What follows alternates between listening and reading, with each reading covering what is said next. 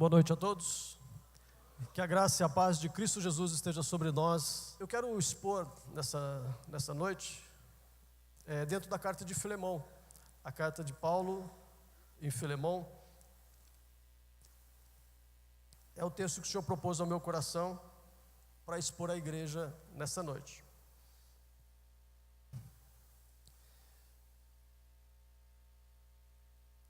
Eu quero iniciar a leitura do texto. Eu vou começar do versículo 1. Eu vou fazer uma leitura um pouquinho longa, de 20 versículos, mas é importante para a compreensão. Paulo, prisioneiro de Cristo Jesus, e o irmão Timóteo, ao amado Filemão, nosso companheiro de trabalho, a nossa irmã Áfia e Arquipo, nosso companheiro de lutas, e a igreja que está em tua casa. Graça e paz a vós da parte de Deus nosso Pai e do Senhor Jesus Cristo. Sempre que me lembro de ti em minhas orações, dou graças ao meu Deus, pois tenho ouvido do amor e da fé que tens para com o Senhor Jesus e para com todos os santos. Oro para que o compartilhar da tua fé seja eficaz, pelo pleno conhecimento de que todo o bem que temos está em Cristo. Pois tive grande alegria e consolação por causa do teu amor, pois por meio de ti, irmão, o coração dos santos tem recebido ânimo. Embora eu tenha plena liberdade em Cristo para te ordenar o que deves fazer, prefiro pedir-te confiado no teu amor. Eu, Paulo, já velho e agora também prisioneiro de Cristo Jesus, venho interceder por meio do meu filho Onésimo, que gerei na prisão. Anteriormente, ele te fora inútil, mas agora é muito útil para ti e para mim. Eu o envio de volta a ti, como se estivesse enviando o meu próprio coração. Gostaria de mantê-lo comigo, para que em teu lugar me servisse na prisão, por amor do Evangelho. Mas eu não quis fazer nada sem o teu consentimento, para que a tua bondade não fosse forçada, mas sim espontânea. Pode ser que ele tenha se separado de ti por algum tempo, para que pudesse reavê-lo para sempre, não mais como escravo, aliás, melhor do que escravo, como irmão amado, particularmente por mim e ainda mais por ti, tanto humanamente como também no Senhor. Assim, se me consideras um irmão na fé, recebe-o como se recebesses a mim mesmo. E se ele te causou algum prejuízo ou te deve alguma coisa, lança-o na minha conta. Eu, Paulo, escrevo isso de próprio punho. Eu o pagarei, para não mencionar que tu me deves a ti mesmo. Sim, irmão, gostaria de ser beneficiado por ti no Senhor. Dê ânimo ao meu coração em Cristo. Amém? A carta de Paulo, escrita, uma carta muito pessoal, escrita diretamente a Filemão, é uma carta que fala de relacionamento. E relacionamento é algo extremamente importante em nossas existências. Nós gastamos boa parte de nossas vidas sem ter a percepção real do papel que o relacionamento ocupa em nossas vidas. O próprio cristianismo é uma religião relacional. Quando pediram a Jesus que sintetizasse a fé cristã, ele resumiu em poucas palavras: amarás ao Senhor teu Deus de todo o teu coração, de toda a tua alma, de todo o teu entendimento, e amarás ao teu próximo como a ti mesmo. Jesus fala de relacionamento com Deus e de relacionamento com as pessoas. Cristianismo é uma religião relacional. O próprio ser de Deus Deus é um ser relacional. A Trindade, o Pai, o Filho e o Espírito Santo vivem em profunda harmonia relacional. Então, pode ir mais à frente, por favor. Então, os conflitos de relacionamento são importantíssimos, os relacionamentos são importantíssimos na existência humana, e os conflitos existentes são complicadores nessa relação. Deus criou o homem como ser relacional. O homem não foi criado para viver só. Quando Deus fez Adão, ele próprio conclui: não é bom que o homem permaneça só. E assim também traz à existência Eva. porque o ser do homem é relacional. O relacionamento ocupa um papel vital em nossas existências. Hoje nós vimos a irmã testemunhando e cantou aqui há pouco, da preocupação que ela teve quando teve um diagnóstico seríssimo de uma doença. E quando nós temos um diagnóstico como esse, quando o médico diz que nós temos um problema seríssimo, e talvez a nossa vida não se estenda por muito tempo, o que mais o ser humano pensa num momento como este? É na questão de relacionamento. Quem são as pessoas que estarão próximas a mim e que me acompanharão nesse momento da minha existência? Já não é mais o meu trabalho, já não é mais os meus ideais, os meus projetos, a minha carreira, mas eu penso, quem são as pessoas que estarão ao meu lado nesse momento? Porque nesse momento nós percebemos a importância dos relacionamentos em nossa existência. Muitas doenças poderiam ser evitadas se os relacionamentos fossem saudáveis. Muitas doenças têm a sua origem em problemas de relacionamento. Tudo isso fala da importância do relacionamento em nossas existências. Alguns anos atrás, a minha mãe faleceu, no início de 2012. E quando a minha mãe morre, nós pensamos que também seria o fim do meu pai. Ele começou a definhar, entrou em depressão e não encontrava mais sentido na sua existência. E nós ficamos contabilizando quanto tempo de vida ele ainda teria. E todas as noites ele chorava pela ausência da minha mãe, e ele saía da casa dele, ia até uma praça, e ali ele ficava por horas ali chorando. Com o fim do relacionamento com a minha mãe, parece que não tinha mais sentido na sua existência. Estamos falando de um senhor de 80 anos de idade. Mas qual foi a surpresa? Nessas noites ali na praça, um dia apareceu uma senhora, também viúva, e eles começaram a conversar. E os encontros foram acontecendo, e eles começaram a namorar. Para desespero dos filhos, por que uma pessoa de 80 anos precisa namorar? E nós não conseguimos entender isso. Mas aos poucos, nós percebemos que aquilo foi vital para que ele reencontrasse um sentido para existir. E a partir desse relacionamento, ele começou a frequentar pesqueiros com a sua namorada, e parece que a vida voltou a ter um colorido. Agora que ele tinha um relacionamento, ele reencontrou um sentido para a sua existência. Eu quero falar então nesta noite, a partir da carta de Filemão, a importância que o relacionamento tem em nossas vidas. E o quão estressante é os momentos em que vivenciamos conflitos relacionais. Quando os relacionamentos azedam, quando os relacionamentos se tornam conflituosos, e isso é algo profundamente estressante em nossas vidas. Quando alguém entra num processo de divórcio, por exemplo, que está em conflito relacional com o seu cônjuge, e isso caminha para o divórcio, para a separação, o estresse emocional que o divorciado enfrenta é comparado ao estresse do luto. Tamanho a situação estressante que as pessoas que vivenciam o divórcio precisam atravessar. Os conflitos relacionais são relatados aqui na carta de Filemão. O apóstolo Paulo escreve essa carta pessoal a um membro da igreja na cidade de Colossos, Filemão. Filemão era um homem de posses, e a igreja de Colossos se reunia na sua casa. Ele emprestava o espaço para que a igreja ali se reunisse. Filemão parecia ser um obreiro da igreja, e talvez o seu filho, existe essa possibilidade de que o seu filho fosse o pastor da igreja. E Onésimo, um dos seus escravos, num tempo que a escravidão era algo comum na estrutura social, fugiu de sua casa. Onésimo fugiu de sua casa, e para fugir, ele subtraiu alguma coisa do seu senhor Filemão. E aonde Onésimo foi parar? Na capital do império, na cidade de Roma. E ali ele se encontra com o apóstolo Paulo, preso em prisão domiciliar na cidade de Roma, e Onésimo acaba se convertendo.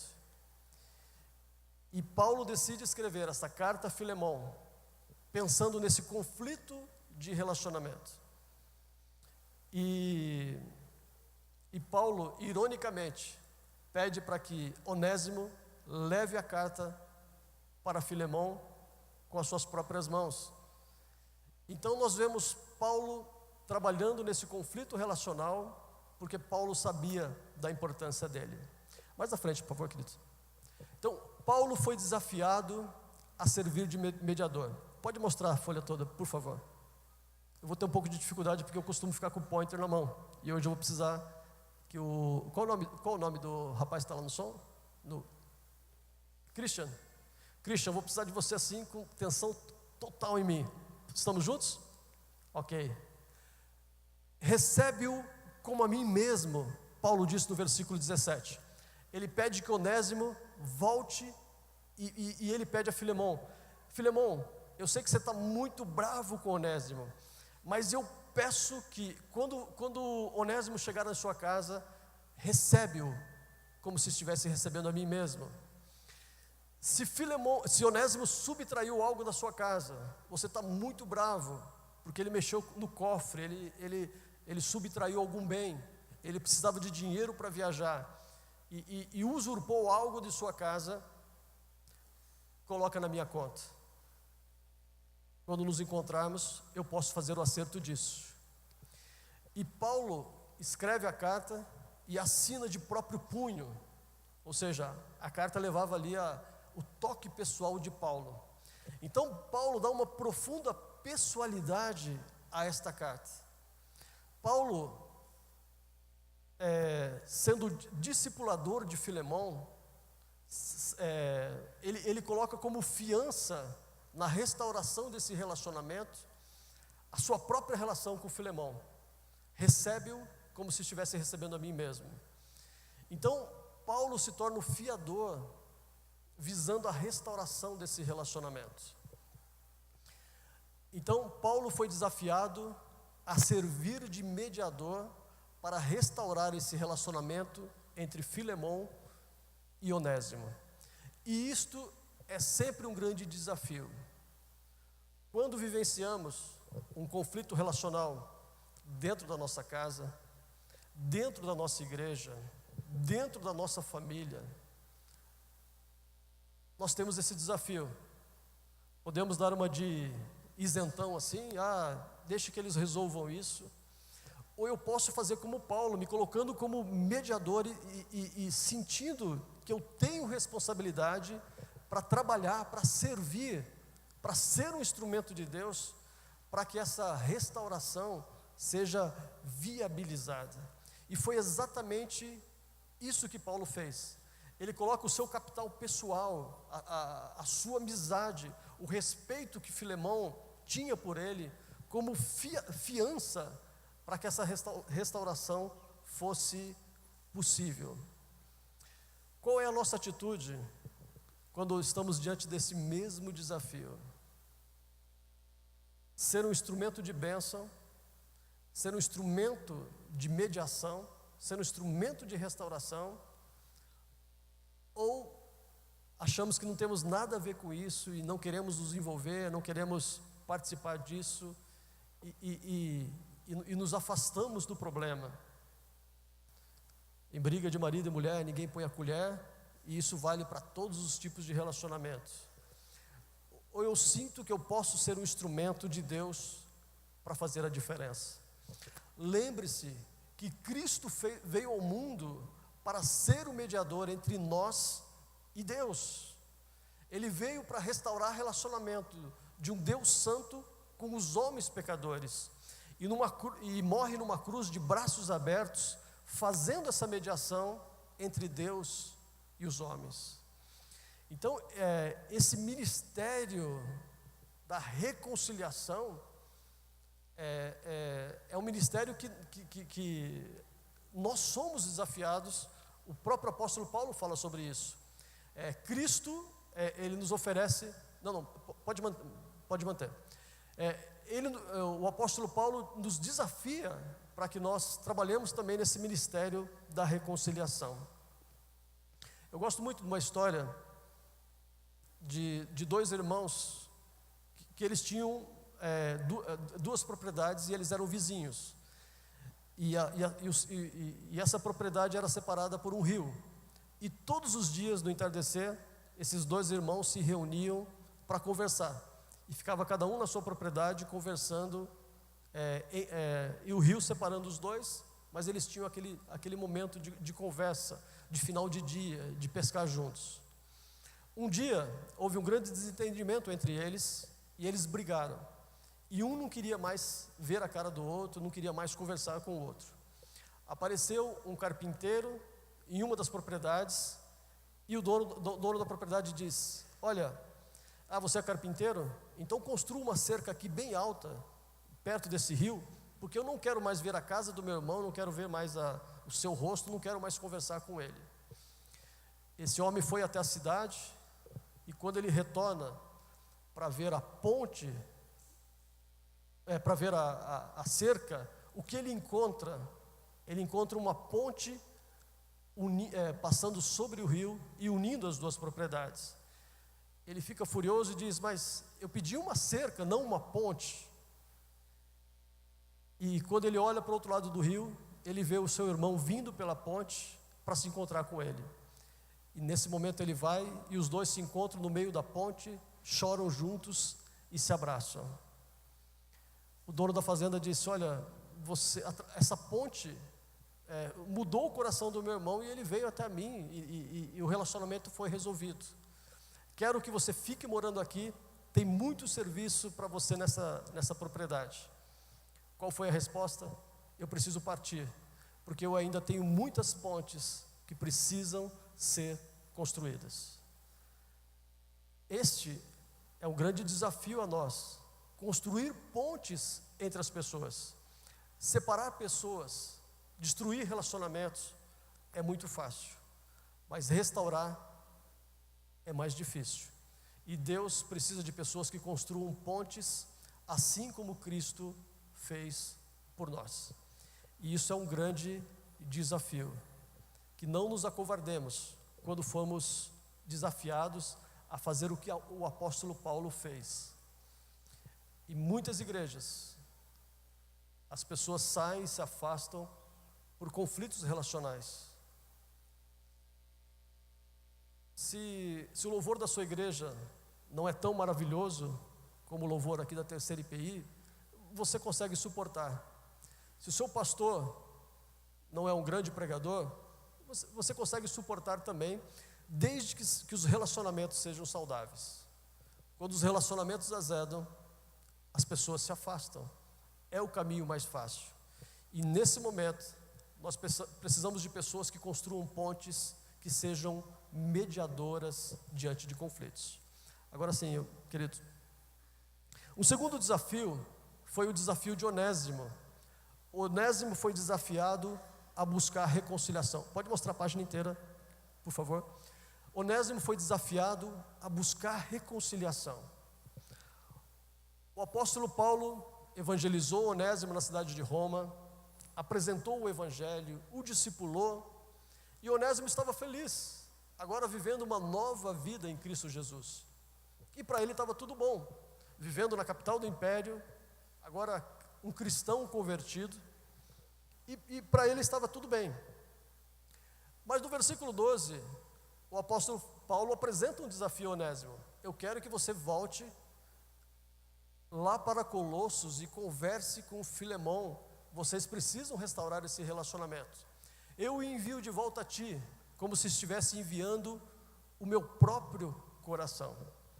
Então, Paulo chamou Onésimo e falou: você vai voltar sim, e vai restaurar o relacionamento com o seu antigo Senhor.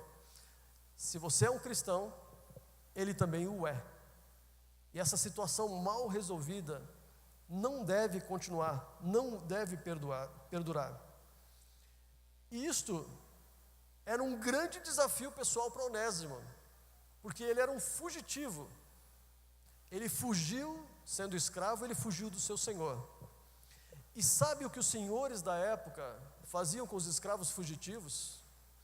Eles marcavam com ferro quente a testa do escravo com um grande F, um F de fugitivos, para evitar que o escravo tentasse uma segunda fuga.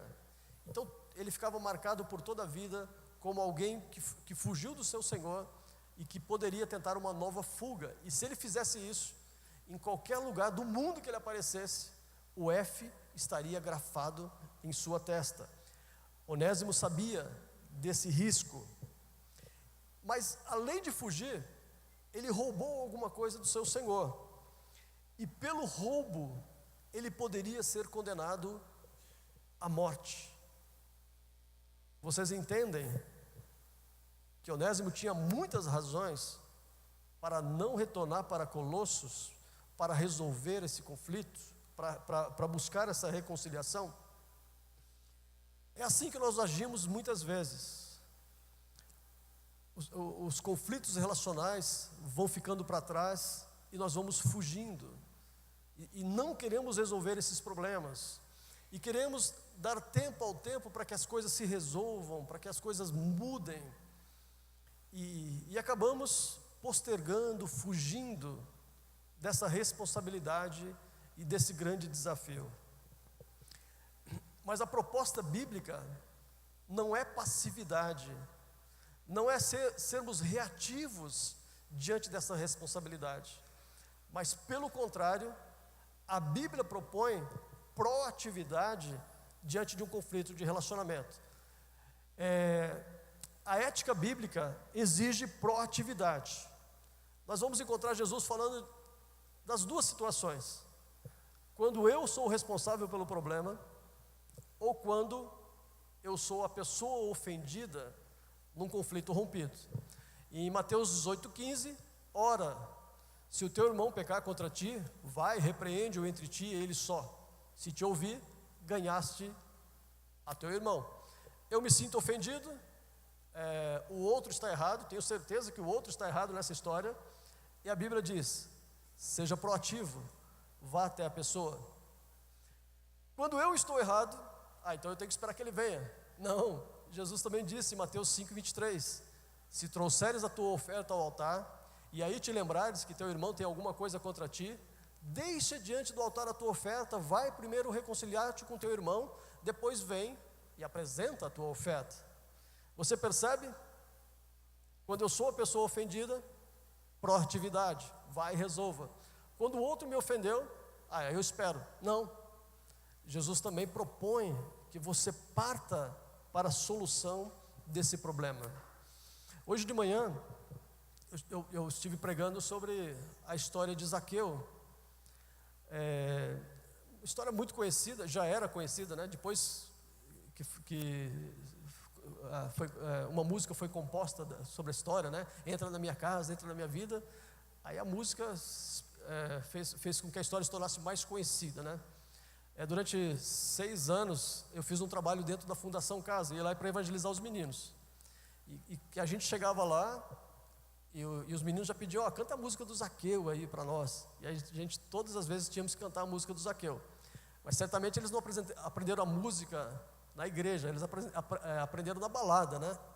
Então a gente tomava algum cuidado para cantar a música.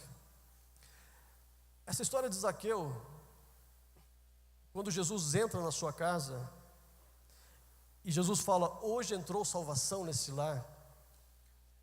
E como Zaqueu reage a isso?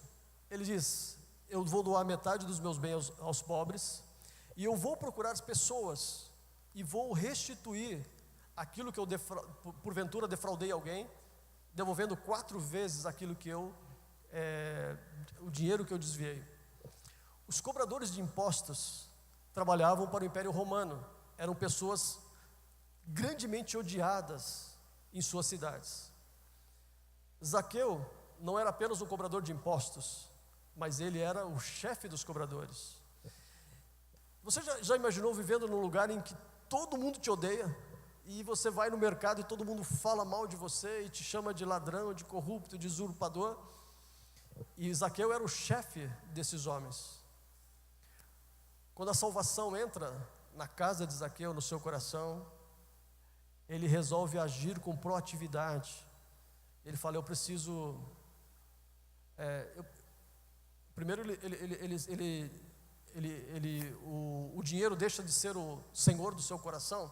Ele já doa metade do que ele tinha, mas ele vai atrás, porque ele sabe que tinha muitas relações mal resolvidas, muitas contas equivocadas que ele fez ali na coletoria de impostos.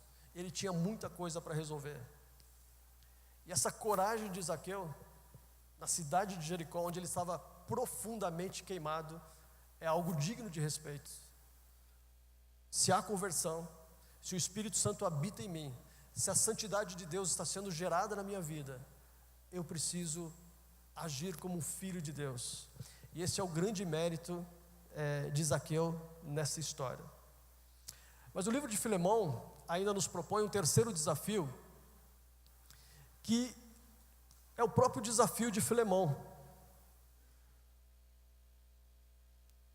Filemão foi desafiado a ir além do esperado. O apóstolo Paulo diz: Filemão, eu te conheço, eu te discipulei pessoalmente, eu poderia te dar uma ordem bíblica, teológica, do que deve ser feito, eu poderia dizer literalmente o que eu espero que você faça, mas eu acredito que você vai me surpreender, indo além daquilo que eu espero. No verso 21, escrevo confiado na tua obediência, sabendo que farás ainda mais do que eu te peço. Paulo confiava no discipulado de Filemão. Ele evangelizou aquele homem, ele discipulou aquele homem, ele treinou aquele homem, ele delegou a responsabilidade da igreja de Colossos à casa daquele homem. E ele sabia que o caráter cristão de Filemão iria prevalecer nesse conflito relacional.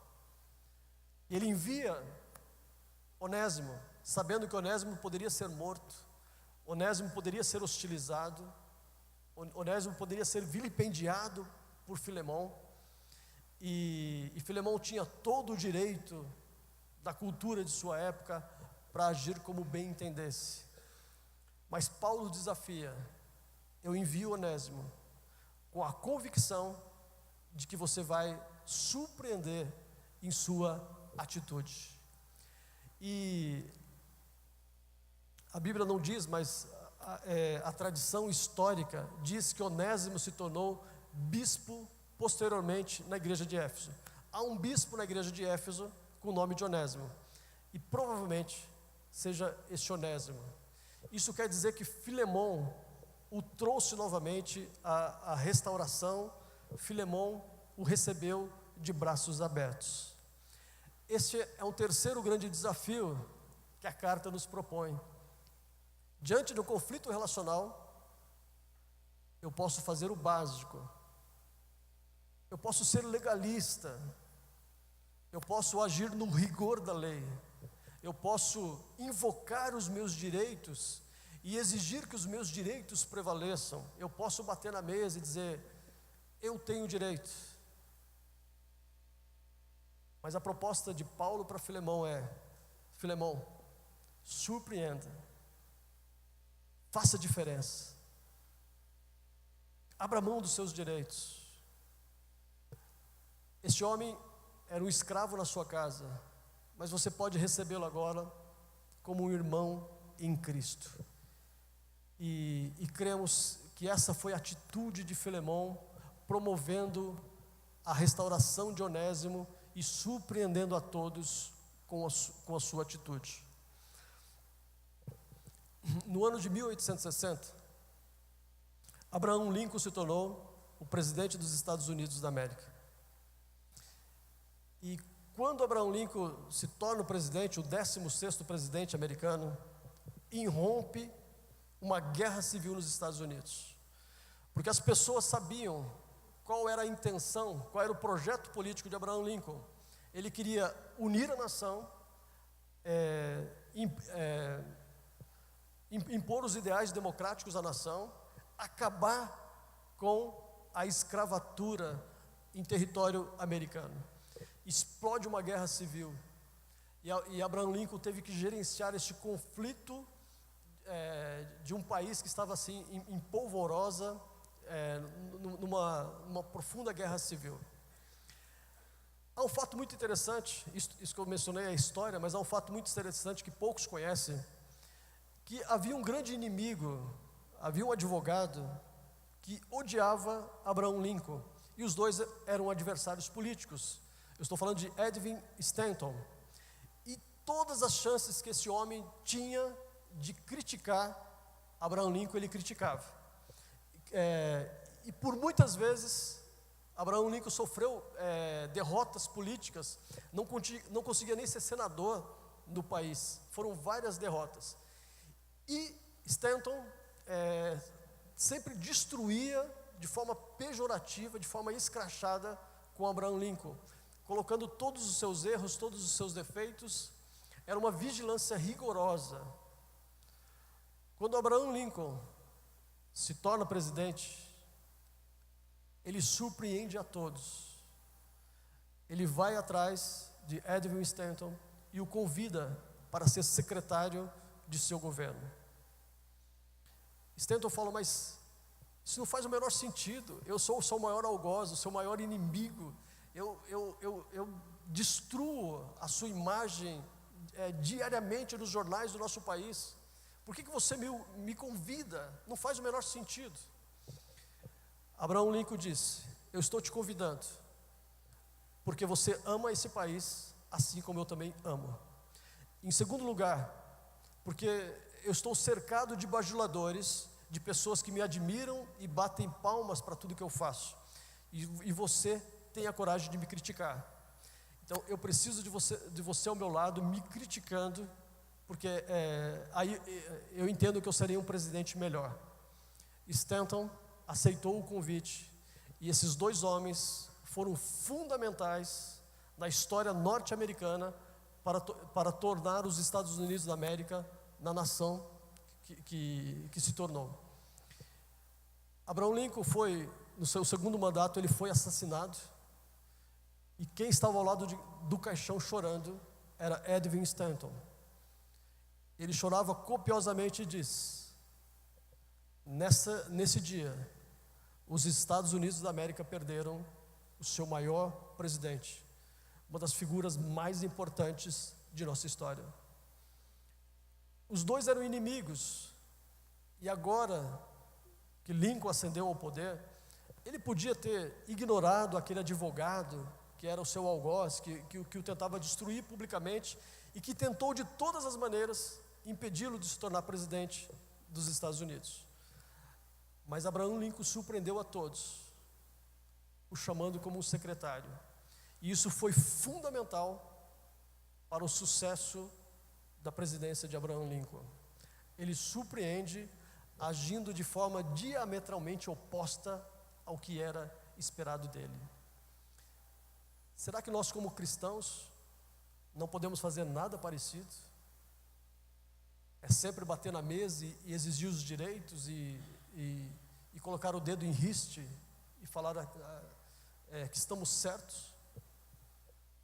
Paulo desafiou Filemão a surpreender, e Filemão surpreendeu. Este é um desafio que fica a todos nós também. Então, nesta carta, nós vemos, por favor, aqui nós temos também a lei áurea de Cristo. Vocês sabiam que durante o Império Romano, um soldado romano poderia convocar qualquer pessoa para levar a sua bagagem por até 1 milha? O Império Romano estabeleceu uma lei: qualquer soldado romano em viagem, ele poderia convocar uma pessoa para ajudá-lo no transporte da sua bagagem, mas a lei obrigava limitava a autoridade do soldado a 1 milha. Foi aí que Jesus entra com a lei de Cristo, que é a lei do amor. Se alguém te obrigar a andar 1 milha, vai com ele duas. Qual que era a proposta de Jesus aqui? Surpreender. O soldado romano, ele podia, quando ele estava em campanha, viajando, ele podia chegar e jogar as malas no chão e falar: ó, você vem aqui, carrega as minhas malas, eu estou exausto. E você era obrigado, pela lei romana, a ajudar aquele soldado, andando 1 milha com ele. Aí a lei de Cristo, que é a lei do amor, diz: surpreenda. Terminou 1 milha, você continua com o soldado por mais 2 milhas. O soldado vai falar: ei, espera aí, já acabou 1 milha, eu não posso ir além. Não, mas você está cansado? Eu estou descansado, eu vou andar mais um pouco e vou levar a sua bagagem. Isto surpreenderia, daria assim um impacto profundo, chocaria um soldado romano. Puxa, mas eu usei o rigor da lei e o obriguei a fazer algo contra a vontade dele, e agora ele me surpreende. Mas por que ele me surpreende? Aí você teria a oportunidade de apresentar o Evangelho de Cristo, a lei do amor, e apresentar a mensagem de Cristo. Então, diante dos conflitos relacionais, o Evangelho deixa 3 desafios a nós, propostos aí pela carta de Paulo a Filemão. Paulo foi desafiado a servir de mediador. 2 homens brigados, cidades diferentes, Roma, Colossos. Ele podia cruzar os braços e diz: esse problema não me diz respeito, eu não tenho nada a ver com isso, eles que se resolvam. Paulo foi mediador. Onésimo foi desafiado a buscar reconciliação. Onésimo poderia dizer: isso pertence ao meu passado, eu não vou mais mexer com esse assunto, vai dar problema. Paulo disse: não, você precisa buscar essa reconciliação e limpar essa página do seu passado. E Filemão foi desafiado a ir além do esperado, a surpreender com sua atitude, com sua postura cristã. Eu espero que a partir dessa mensagem e os desafios propostos por essa carta, isso te leve a mudar pelo menos um relacionamento dentro da sua casa, dentro da sua família, dentro da sua igreja, e que te mova a ação conforme a proposta do apóstolo Paulo.